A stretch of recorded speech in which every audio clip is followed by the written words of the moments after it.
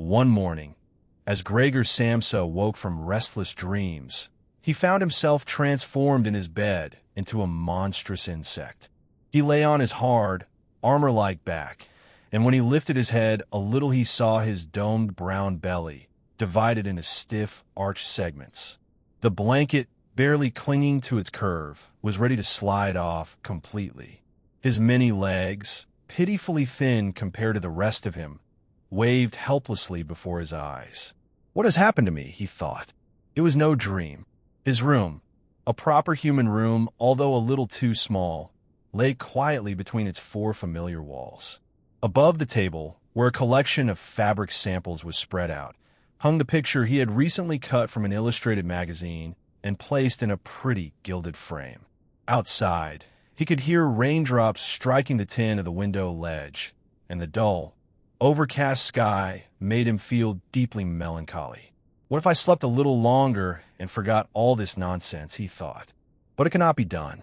He was used to sleeping on his right side, and in his present state, he could not get himself into that position. However hard he threw himself to the right, he always rocked back onto his shell. He tried it 100 times with his eyes closed, and gave up only when he began to feel a small, dull ache in his side he had never felt before. "Oh God," he thought, "what an exhausting profession I've chosen. Traveling day in, day out. The stress of catching trains, the bad and irregular meals, the casual acquaintances who never become friends. Let the devil take it all. If I did not hold myself back because of my parents' debt to the chief, I would have quit long ago. Another 5 or 6 years, and the debt will be paid, and then I will make my great break. But for now, I must get up." He looked at the alarm clock ticking on the chest. 6:30. The 4 o'clock train had left long ago. There was a cautious knock at the door behind his head. "Gregor," a voice called. It was his mother. "It is 6:45. Did you not want to catch your train?" That gentle voice. Gregor was shocked when he heard his own voice answering. It was unmistakably his old voice, but into it was mixed, as if from below, an irrepressible, painful squeaking, which left the words clear only for a moment before rising up around them and destroying their sense. Yes, thank you, Mother. I'm getting up now." The mother seemed satisfied and shuffled away. But the little exchange had let the rest of the family know that Gregor, against all expectation, was still at home. Already his father was knocking on one side door with his fist. Gregor, what is the matter with you?" And at the other side door his sister Greta whispered plaintively, "Gregor, are you unwell? Do you need anything? Open the door, I beg you." "I am nearly ready," Gregor answered to both sides at once, forcing himself to pronounce each word with long pauses between them, so that his voice would betray nothing. Gregor struggled desperately to get out of bed. He tried to move the lower part of his body first, but that lower part, which he had never yet seen and could form no clear picture of, refused to obey him. At last, rocking his whole body, he swung himself halfway over the edge. And then the doorbell rang. Someone from the office, he thought, and froze. The maid's firm little steps went to the door, and it opened, and Gregor needed to hear only the visitor's first word of greeting to know who it was. The chief clerk himself. Why was Gregor condemned to work for a firm where the smallest lapse aroused the gravest suspicion at once? In the next room, the chief clerk raised his voice. "Mr. Samsa, what is the matter? You barricade yourself in your room and answer only yes and no. Your recent work has been most unsatisfactory. The chief mentioned to me this morning the collections that were recently entrusted to you. I almost gave him my word of honor that this could not be true. But seeing this incomprehensible stubbornness of yours, I am losing all desire to defend you." And his mother wept and pleaded. "He is ill, sir. Believe me, he is ill." Gregor had to answer. "Sir," he called, "I'm just opening the door this moment. A slight dizziness, nothing more. I will take the 8 o'clock train." But the people outside no longer understood a single word he said. That was the voice of an animal. He heard the chief clerk say, quietly. His mother cried out, Greta, fetch the doctor at once." His father shouted toward the kitchen, Get the locksmith quickly. Strangely, Gregor grew much calmer, so they could no longer understand him. But they believed something was wrong, and they were ready to help him. He felt drawn back into the circle of humanity. Leaning against a chest of drawers, he raised himself upright and pushed himself to the door. With his jaws, for he had no real teeth, he seized the key. A brown liquid ran out of his mouth, flowed over the key, and dripped to the floor, but he did not stop. Throwing his whole weight into it, he turned the key in the lock. "Listen," said the chief clerk in the next room. "He is turning the key." The door swung slowly open. Gregor, leaning against one wing of it, came cautiously into view. The first person he saw was the chief clerk, who pressed his hand against his open mouth and backed away, step by step, as if driven by an invisible and relentless force. His mother looked first at his father with her hands clasped, then took 2 steps toward Gregor and collapsed to the floor, her skirts spreading out around her. His father clenched his fist with a hostile expression, then covered his eyes with his hands and wept until his powerful chest shook. "Sir," Gregor said, "I will leave at once on the very next train. Do not speak against me at the office, I beg you. A traveling salesman is disliked by everyone, I know, but I must support my parents and my sister." But the chief clerk was already fleeing toward the stairs. And then his father seized the clerk's abandoned cane in one hand and a newspaper in the other, stamping his feet, hissing like a savage, and drove Gregor back toward his room. Gregor caught fast in the doorway. One side of his body scraped along the frame and tore, leaving ugly stains on the white door. Then his father gave him one violent, releasing shove from behind, and he flew, bleeding, deep into his room. The door was slammed shut with a cane. And then, at last, everything was still. Gregor woke at dusk from a heavy, faint-like sleep. His left side felt like one long, unpleasantly tightening scar, and one of his little legs, badly injured in the morning's events, dragged lifelessly behind him. By the door stood a bowl of sweet milk, with little pieces of white bread floating in it. Milk had always been his favorite drink, and surely that was why his sister had set it there. He dipped his head into it almost up to his eyes, joyfully, but he drew it back at once in disappointment. The milk, which had always been his favorite, now revolted him. He turned away from the bowl, almost with disgust, and crawled to the middle of the room. In the living room, he could see through the crack of the door the gas lamp was lit. But where his father would usually be reading the afternoon paper aloud to the family at this hour, there was not a sound. "What a quiet life the family has been leading," Gregor said to himself. And as he stared into the darkness, he felt a great pride that he had been able to provide such a life, in such a fine apartment, for his parents and his sister. And then a cold fear followed. What if all this quietness, all this comfort, all this contentment should now come to a terrible end? At dawn the next day, his sister came in. Gregor had hidden himself under the couch, so as not to frighten her. Greta noticed the untouched milk, picked up the bowl at once, not with her bare hands but with a rag, and carried it away.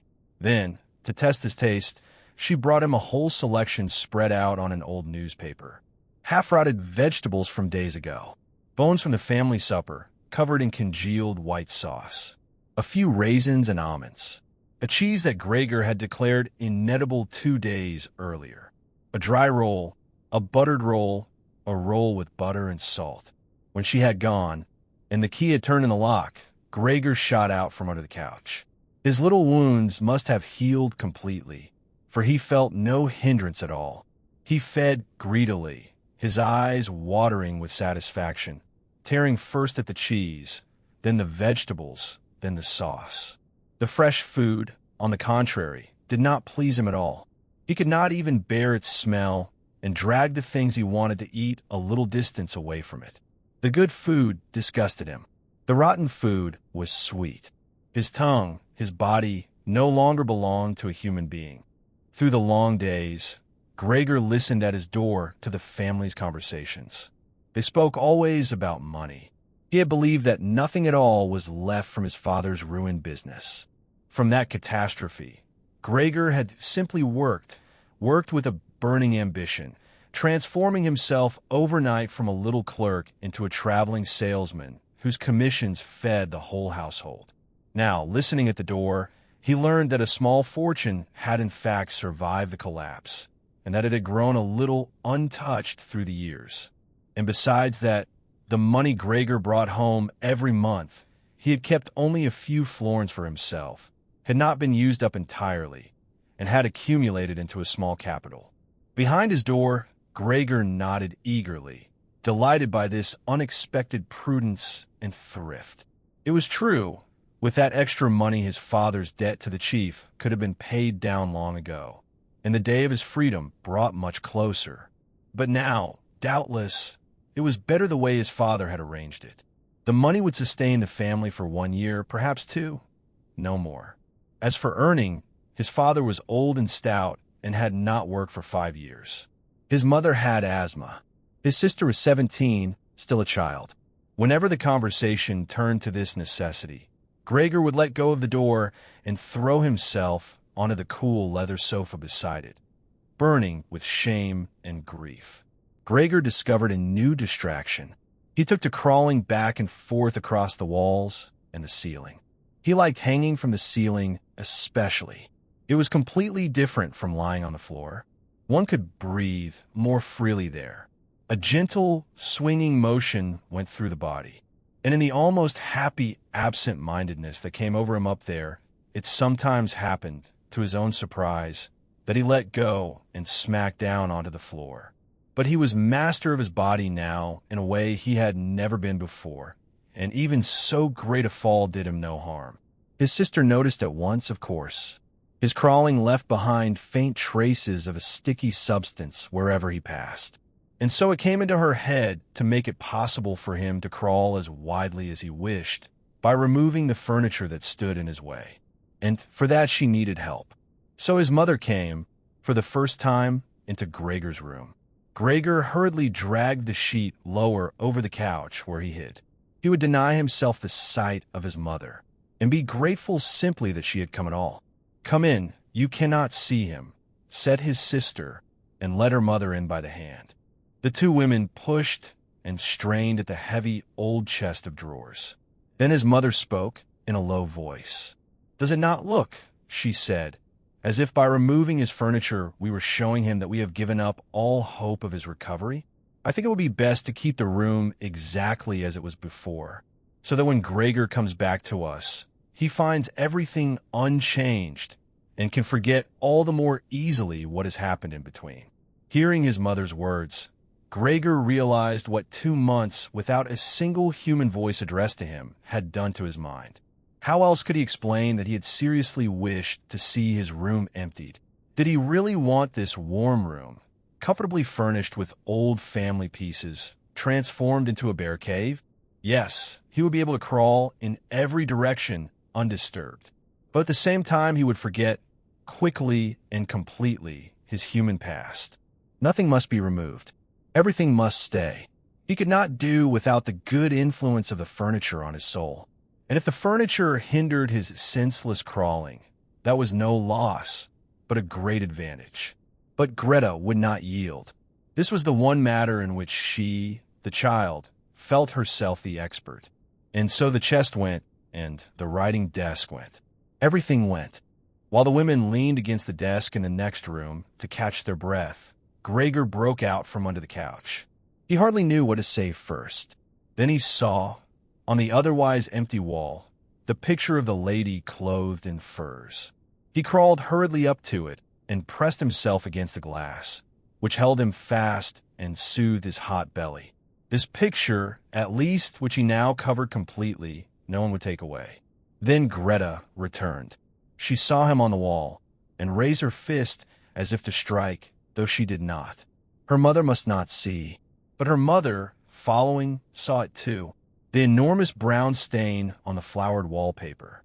And before she truly understood that what she saw was Gregor, she screamed in a hoarse, raw voice and fell across the couch and did not move. Greta ran to the living room for medicine, and Gregor, wanting to help, ran after her. Bottles fell and shattered. A splinter of glass cut his face, and some corrosive medicine flowed over him. Greta swept up what she could carry and slammed the door behind her, shutting him out. Gregor, tormented by self-reproach and worry, began to crawl. He crawled over everything, walls, furniture, ceiling, and at last, in despair, as the whole room began to spin around him, he fell down onto the middle of the great table. In the evening, the apartment door opened.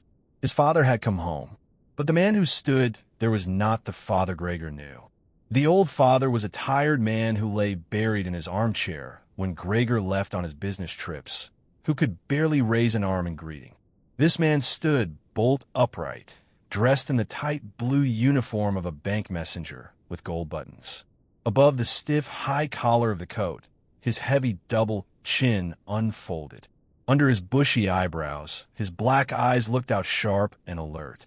His white hair, once disheveled, was combed flat, parted with painful exactness, and gleaming. What had happened to Gregor had been told to him. His face twisted. He looked at Gregor with a savage expression, and then he lifted his feet unusually high and advanced. The soles of his boots struck the floor like hammers. Gregor fled. He ran ahead of his father, stopped when his father stopped, scurried forward the moment he moved. They circled the room again and again. Gregor's breath began to fail. His lungs, even in the old days, had never been entirely reliable. Then something flew past him, lightly thrown, and rolled ahead of him across the floor. It was an apple. A second one flew immediately after it. Gregor froze in terror. His father had filled his pockets from the fruit bowl on the sideboard, and now, without aiming precisely for the moment, was throwing apple after apple. The small red apples rolled across the floor as if electrified, knocking against each other. One, thrown weakly, grazed Gregor's back and slid off without harm. But the very next one drove itself fully into his back and stuck there. Gregor tried to drag himself forward, as if the unbelievable, impossible pain might vanish with a change of place. But he felt nailed to the spot and stretched himself out in a complete confusion of all his senses. With his last sight, he saw the door of his room burst open. His mother rushed out in her loosened undergarments, her skirts slipping to the floor one by one. She ran to his father, embracing him, entirely one with him, her hands clasped around the back of his neck, and begged him to spare Gregor's life. And then Gregor's sight went out. The apple remained lodged in his flesh, for no one dared remove it, and it rotted there, a visible memorial, for more than a month. The wound crippled Gregor for over a month. He crawled across his room like an old invalid now. Climbing the walls was unthinkable.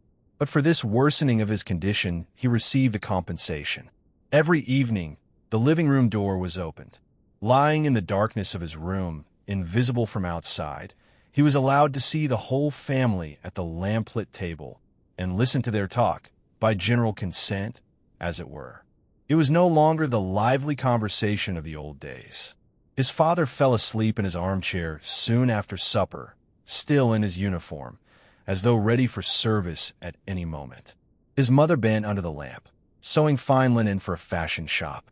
His sister, who had taken a job as a salesgirl, studied shorthand and French late into the night, hoping for a better position someday.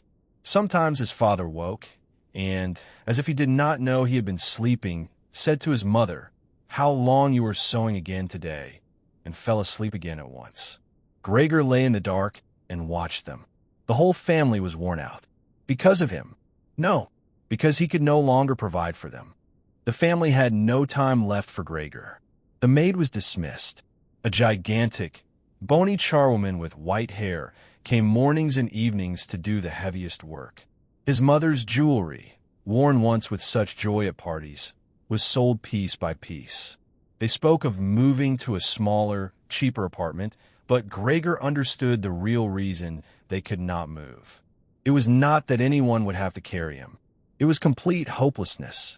It was the thought that they, alone in their whole circle of family and friends, had been struck by such a misfortune, and that moving would mean carrying it with them, admitting it forever. His room grew filthy. His sister now shoved any food into his room with her foot in the morning and swept it out in the evening, eaten or not, with one swing of the broom.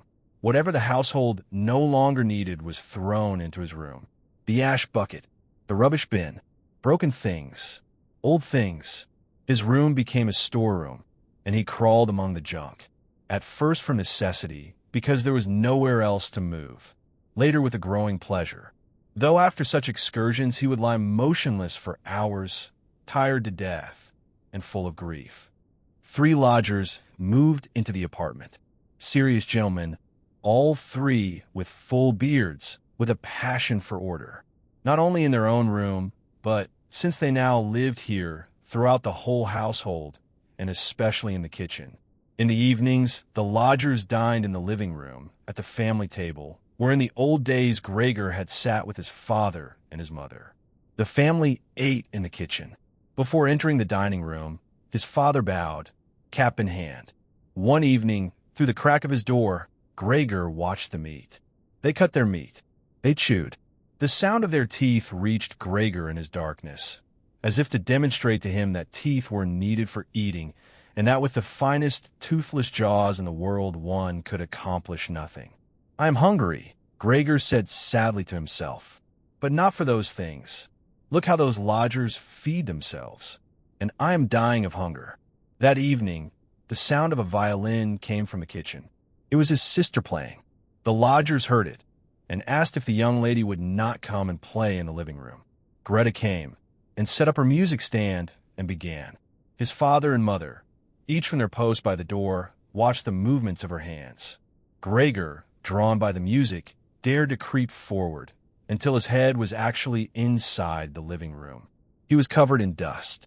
Threads, hairs, scraps of food clung to his back and sides. He had lost all shame. And the lodgers, who had at first crowded eagerly behind the music stand, soon retreated to the window, muttering, disappointed. But Gregor listened. His sister's face was tilted to one side. Her eyes followed the lines of the music, searching and sorrowful. Gregor crept a little further forward, holding his head close to the floor, hoping her eyes might meet his. Was he an animal, that music moved him so? He felt as if a way were opening before him toward an unknown nourishment he had always craved. He would push forward to his sister. He would tug at her skirt. He would tell her that she must come into his room with her violin, for no one here deserved her playing as he deserved it. He would tell her, at last, what he had told no one, that he had meant to send her to the conservatory. That last Christmas he had planned to announce it, letting every objection fall to the ground. And his sister, hearing this, would burst into tears of emotion, and Gregor would raise himself to her shoulder and kiss her neck. "Mr. Samsa," the middle lodger cried, and pointed with his forefinger slowly at Gregor as he crept forward. The violin fell silent. The lodgers, at first, seemed almost amused. They found Gregor more entertaining than the music, and watched him with folded arms. His father hurried toward them, arms outspread, trying to press them back into their room. And now they grew angry, whether at his father's behavior, or at the dawning realization that they had lived, all unknowing, with such a neighbor. They demanded explanations. They raised their arms. They tugged at their beards. And their spokesman declared, in view of the disgusting conditions prevailing in this apartment and family, and here he spat decisively on the floor, "I give notice immediately. Naturally, I will pay nothing for the days I've lived here. On the contrary, I shall consider claims for damages." The 3 of them entered their room and slammed the door. His father staggered to his chair and collapsed into it. Gregor lay where he had been discovered, motionless. Weakness from long hunger and the collapse of his great plan held him fast to the floor. "We cannot go on like this," said his sister. "Father, mother, you may not understand it, but I do. I will not utter my brother's name before this creature." And so, I say only, we must try to get rid of it. We have done everything humanly possible to care for it and to endure it. No one can reproach us in the slightest. She is right 1,000 times over, his father murmured. His mother began to cough. Greta went on. If it were Gregor, he would have understood long ago that human beings cannot live together with such a creature, and he would have gone away of his own free will. Then we would have no brother, but we could go on living and honor his memory. But this animal persecutes us. It drives away our lodgers. It clearly wants the whole apartment for itself and wants us to sleep in the gutter. Look, father, she suddenly shrieked. He is starting again. Gregor had only begun to turn himself around, to make his way back to his room. But in his weakened state, the laborious turning looked, to their frightened eyes, like the preparation for an attack. The short journey back to his room seemed impossibly long to Gregor. No one drove him. Everything was left to himself. At the door, he turned his head one last time. His mother had fallen asleep in her chair. His sister watched him, and nothing more. The moment he was inside, the door was slammed shut, bolted, and locked. And now, Gregor asked himself and looked around in the darkness. He soon discovered that he could no longer move at all. It did not surprise him. It seemed to him unnatural, rather, that he had ever actually been able to walk on those thin little legs. The rotten apple in his back, and the inflamed wound around it, coated in soft dust, he hardly felt anymore. He thought of his family with tenderness and love. His conviction that he must disappear was, if possible, even firmer than his sister's. He remained in this state of empty, peaceful reflection until the tower clock struck 3 in the morning. He lived to see the darkness outside the window slowly begin to lighten. Then, without his consent, his head sank fully to the floor, and from his nostrils flowed his last faint breath. When the charwoman arrived early in the morning, she found nothing unusual at first, and thought he was lying so still on purpose. But when she prodded him with her broom and met no resistance, she understood, and her eyes went wide. She flung open the bedroom door and shouted into the darkness. Come and look. It has croaked. It is lying there dead and done for. The Samsas sat up in their marriage bed. Then, Greta leading, they entered Gregor's room and stood around the body. Dead? Said his mother. I should say so, said the charwoman, and pushed the corpse a long way sideways with her broom to prove it. Flat and dry. See how thin he was, said Greta. He had eaten nothing for so long. Now, said his father, crossing himself, we can thank God. The 3 women followed his example. And that morning, his father called the 3 lodgers from their room. Leave my apartment. At once, he said, and pointed to the door. The lodgers, bewildered, their protests dying in their mouths, took their hats from the rack, their sticks from the stand, and went, one behind the other, down the long staircase and vanished. And then the 3 of them left the apartment together, something they had not done in months, and took the tram into the open country outside the city. The car, in which they sat alone, was flooded with warm sunshine. Leaning back comfortably in their seats, they discussed their prospects, and it appeared on closer inspection that these were not bad at all. All 3 had positions which were really quite good, and which promised, above all, much better things to come. The greatest immediate improvement, of course, would come from moving. They would take a smaller and cheaper apartment, but better situated and altogether more practical than the present one, which Gregor had chosen. And as they talked, it struck Mr. and Mrs. Samsa almost at the same moment, watching their daughter grow livelier and livelier, that in spite of everything, in spite of all the sorrow that had paled her cheeks, she had blossomed recently into a beautiful and well-built girl. Growing quieter and communicating almost unconsciously through glances, they thought that it would soon be time to find her a good husband. And it was like a confirmation of their new dreams and good intentions when, at the end of their journey, their daughter rose first and stretched her young body.